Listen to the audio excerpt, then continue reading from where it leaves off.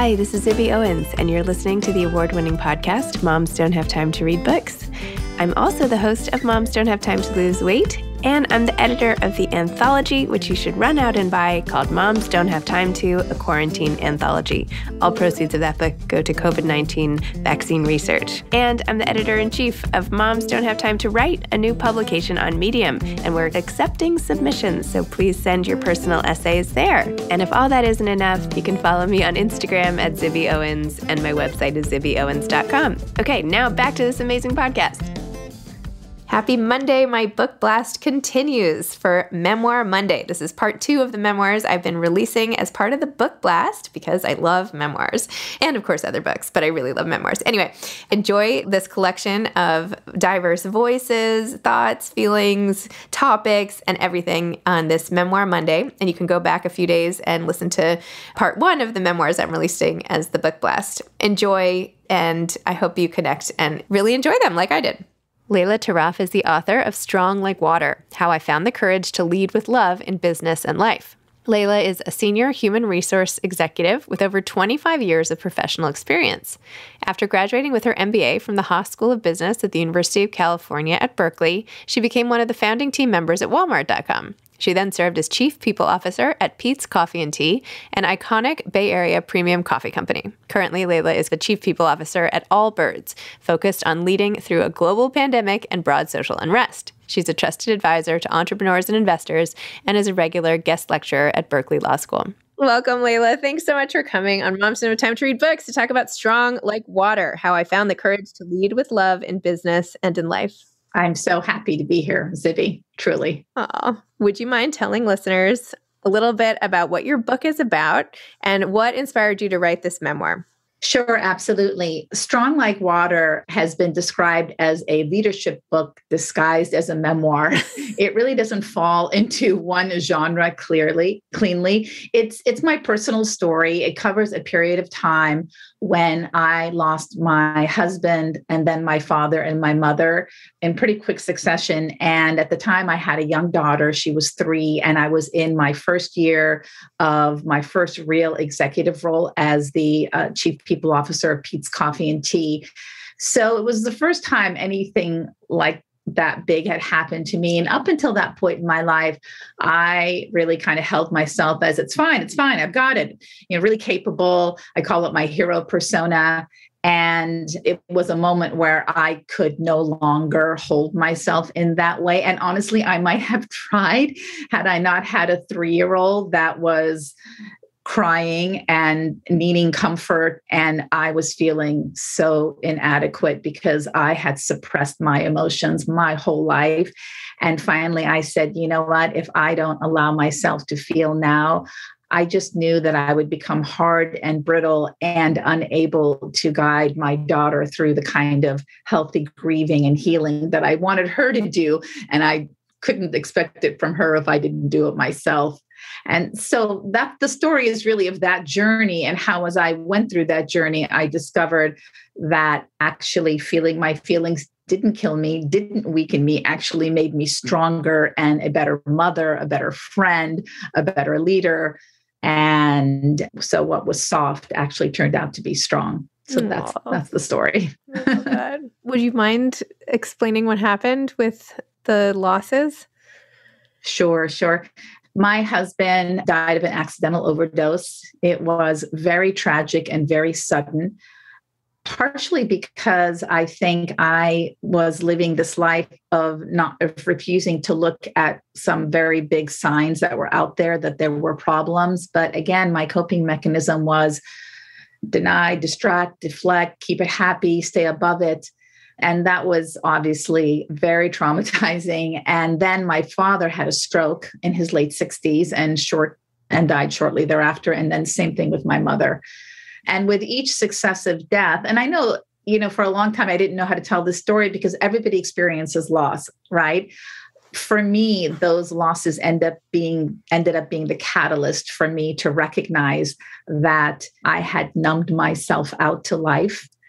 And maybe one wouldn't have brought me to this realization, but all three, and realizing that I had to get real, be authentic, allow myself to be vulnerable, be present, And that's when I really got to experience life, the bad, but also the good. I realized I had cut off the highs in addition to the lows by keeping myself protected. Oh, well, I'm so sorry that you had to live through this, but the fact that you not only got so many unintended almost benefits from it, not to put it like so crudely, but then you could share it with the rest of us. That's like a true gift. So thank you for that. And I feel like from the very start of your story, I was relating to you in so many ways. I mean, and then I was like, should I even admit this when I talked to her? But I had the same thing happen at one of my first jobs after college, where I was kind of like rolling my eyes and being like, what on earth? Like, come on, speed this meeting up. Like, why is it taking this other woman so long to like articulate 2 or 3 points? Like, let's move on with it. Like, I could have been doing so much in this time. And then someone had to take me aside and be like, you were kind of rolling your eyes. And I was like, I was? Like, I thought that I felt that. But I'm sorry, my dog is like shaking in the back. But I guess I showed it. And you had that same experience. Tell me about that. I did. It's amazing how this one moment 20 years ago sticks in my mind and really got me thinking. I was one of the early employees at Walmart.com. There were like 20 of us sitting around a table, and we were, starting to build the company. And the CEO at the time, her name was Jean Jackson, and she was, a really experienced executive. She was CEO from Banana Republic. She was an executive at Disney. And, it's one of these meetings where they just kind of go on and on. And, I was pretty fresh out of business school, and I was just dying to add value. and the meeting went on. And I was bored, and I had a lot of work to do. And I thought I was doing a good job hiding my boredom and my irritation. And I was not. And as the meeting came to a close, Jean looked at me, and everyone was a little scared of her because she definitely let you have it if she didn't think you were doing the right thing. And she just looked at me. She like wagged her finger at me, like, come over. And I thought, oh my gosh. And I'm thinking, what did I do? I knew something was not right. And I walked into her office, and she said, if I ever see you eye rolling like that again, there will be hell to pay. That was so disrespectful. And she kind of went off on me. And I think she could tell that I was clueless. Like, I didn't know what she was talking about.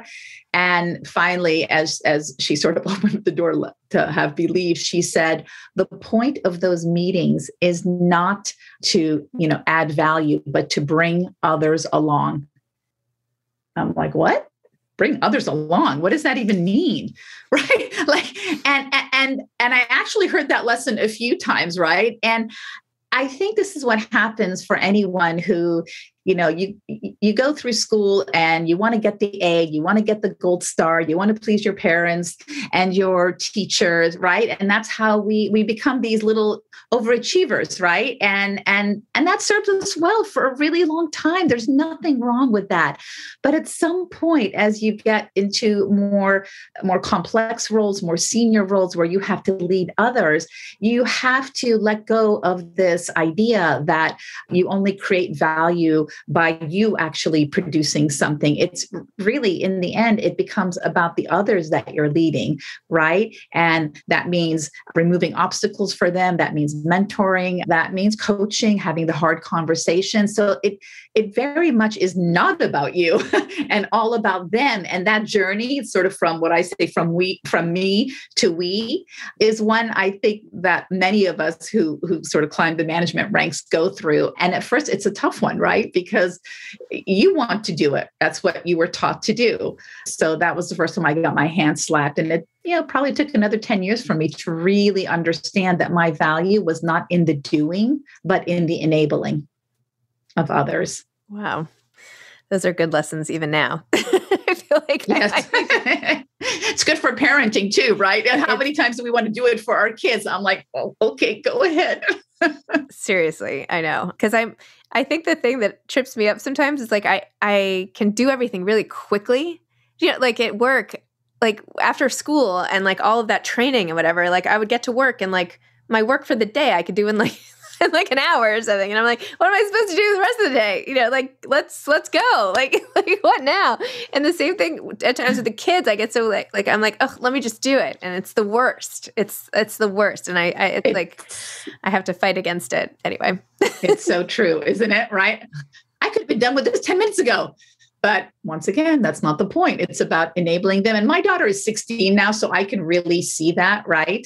Where if I manage a lot of really young people now, and you can see for young people whose parents have done everything for them, they're ill-equipped to come out into the world because they're used to someone diving in, the helicopter parent and taking care of things for you. So we don't really serve our employees or our children by doing that for them. That's what I try to remind myself every time I'm like, okay, no, I won't do it myself. Yes, exactly. Oh my gosh. Well, even the way you handled your transition from Walmart to Pete's and the way you talked about like discovering this like passion that everybody has for coffee, and the way even that you interviewed, right? And the questions that you answered, and that scene you have in the coffee shop where you went to the wrong place, which is like, so something I would have done. But like, anyway, you end up at the store with the CEO and trying to answer all these questions and being surprised, and then you land this huge job. Take me back just for a minute to like the beginning of that and like realizing that like now you had to do that job. It's so true. I felt like such an imposter. I really was so lucky that the CEO at Walmart gave me the chance to do the HR role. I'd never done it. And then I had this interview, and I actually didn't know a lot of what the answers were, but I could think through them, and I had, pretty good judgment. And in the end, I landed this job where I thought, oh my gosh, am I going to have to do this? And I don't think I wrote this in the book, but even after the job was offered to me, I tried to turn it down for a few weeks. And the CEO was like, oh, no, you don't. And he had a hold of me, and he's like, explain to me why you don't want me. I was so scared. I thought I've gotten myself in over my head. And again, so lucky that he saw something in me and, supported me. And I think what I learned there was, okay, you just act like you know everything. You've got all the answers. You're super strong and capable. That's how I showed up in that meeting, and I got the job. I'm like, okay, you see, that's how you do it. So again, I was getting these mixed messages. Whenever I acted like I had it all under control, then, things would work well in my professional life. Not so much in my personal life. And so for a long time, I led this sort of separate life, right? So there was like my professional persona and then my personal. And then over time, I realized that, well, as we all realize, you are one person. And I wanted to knit those pieces together and come together. And in order to do that, I had to start to show more of who I really was. And first, I had to do that for myself, because I had kind of been hiding from all the pieces that I didn't like. I was trying to be perfect and strong.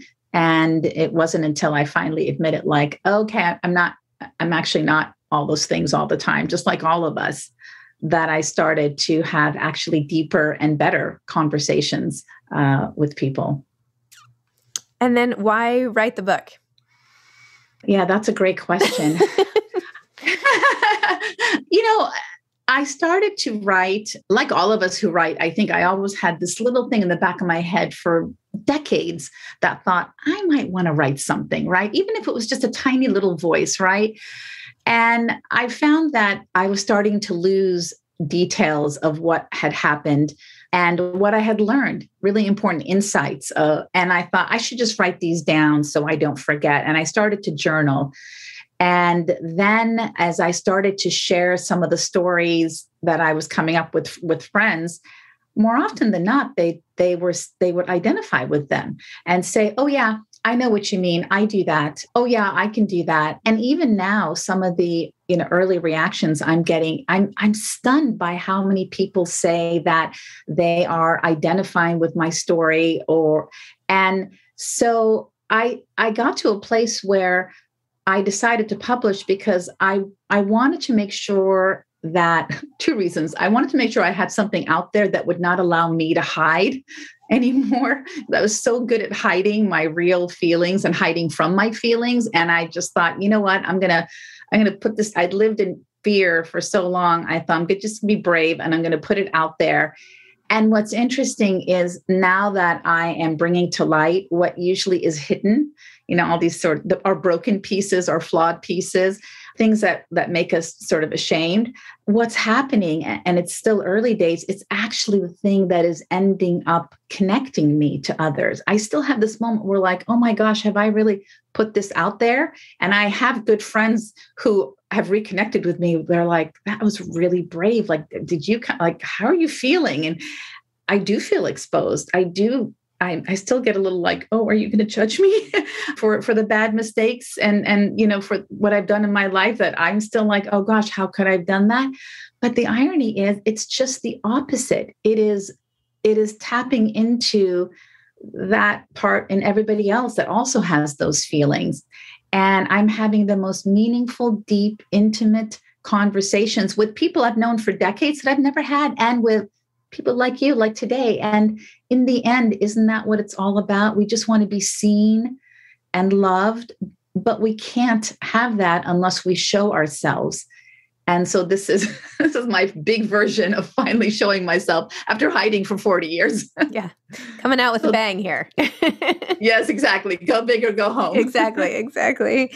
No, I totally agree. I think that whenever I read people's, most raw, emotional, confessional admissions of the things that they're least proud of, it's the most I feel connected, because none of us are perfect, even the perfectionists among us, right? Deep down, yes. We all are messing up all the time, and it catches up with you in some way, shape, or form. So to know that it's not just right. You is very almost empowering, and comforting. Yeah, on comforting some level, is a better word. Yeah, comforting. And it just reaffirms to me that while the details of my story are unique to me and personal to me, the journey I've been on and continue to be on of self-discovery, that is the universal journey, right? Like understanding ourselves better as we grow and through self-reflection, or however we want to do it, yoga, doing the work, hopefully brings down, our blind spots, our constructs, our narratives. And that is how we show ourselves more. And that is what connects us. And I love that women are telling their stories now. Men are telling stories too, but women are such natural storytellers that I feel like all of us are doing this. And that is what is bringing us together in community and in stronger connection. It's going with this Me Too movement, cultural norms breaking. Women are less, one of the wonderful things about the young people I'm working with is they're not as afraid. They'll put it out there. And I just think that's amazing. Yeah. That's what's going to bring us together. It's so true. I mean, I don't know if it was just the introduction of women into the workforce or as people got used to it, but I just felt like, I don't know, even just a decade or two ago, there was so much rivalry all the time between women. Like I remember when I first started working, I was like, oh gosh, I hope I mean, I don't know if I could say this, but I was like, I hope I don't have a woman boss, because women bosses are so mean, the men, they just asked me what I needed to do and I did it. And if I messed up, they said, oh, you messed that up. And I was like, oh, okay, no problem. I'll fix it. But the women, it was really tough. I mean, not to say I had some really wonderful women bosses as well, but there was that culture almost of having to prove yourself by being rude to other women. And now it's all shifted, thank goodness. And probably not everywhere, but isn't that amazing? I've experienced the same thing, and I think a few reasons for that. I think one is there were fewer women. So the women that were there were like, this is my seat. That's true. Yep. Right. Because there weren't that many seats to go around. And I think the women that got to the top, 20 years ago had to do it in a man's way because that was the form of power. Right. And that's also been my learning, which is I can be strong and powerful, but I can also at the same time be kind and compassionate and empathetic, and it doesn't take away any of my agency. And I think leaders are realizing that now, men and women. And that is, I think, what is so amazing about this cultural shift that's happening, that we're starting to admit that and understand that. Even with one of my bosses the other day, I have two CEOs. We were going at it, and he said to me, "Listen, when you say this, that makes me feel bad." And when he said that, I was like, oh my God, no one would have said that 20 years ago. And I thought, you're right, I'm sorry. And it just took us to this other level. So the fact that we're having that honest of conversations at work now, I just think is awesome. That's amazing.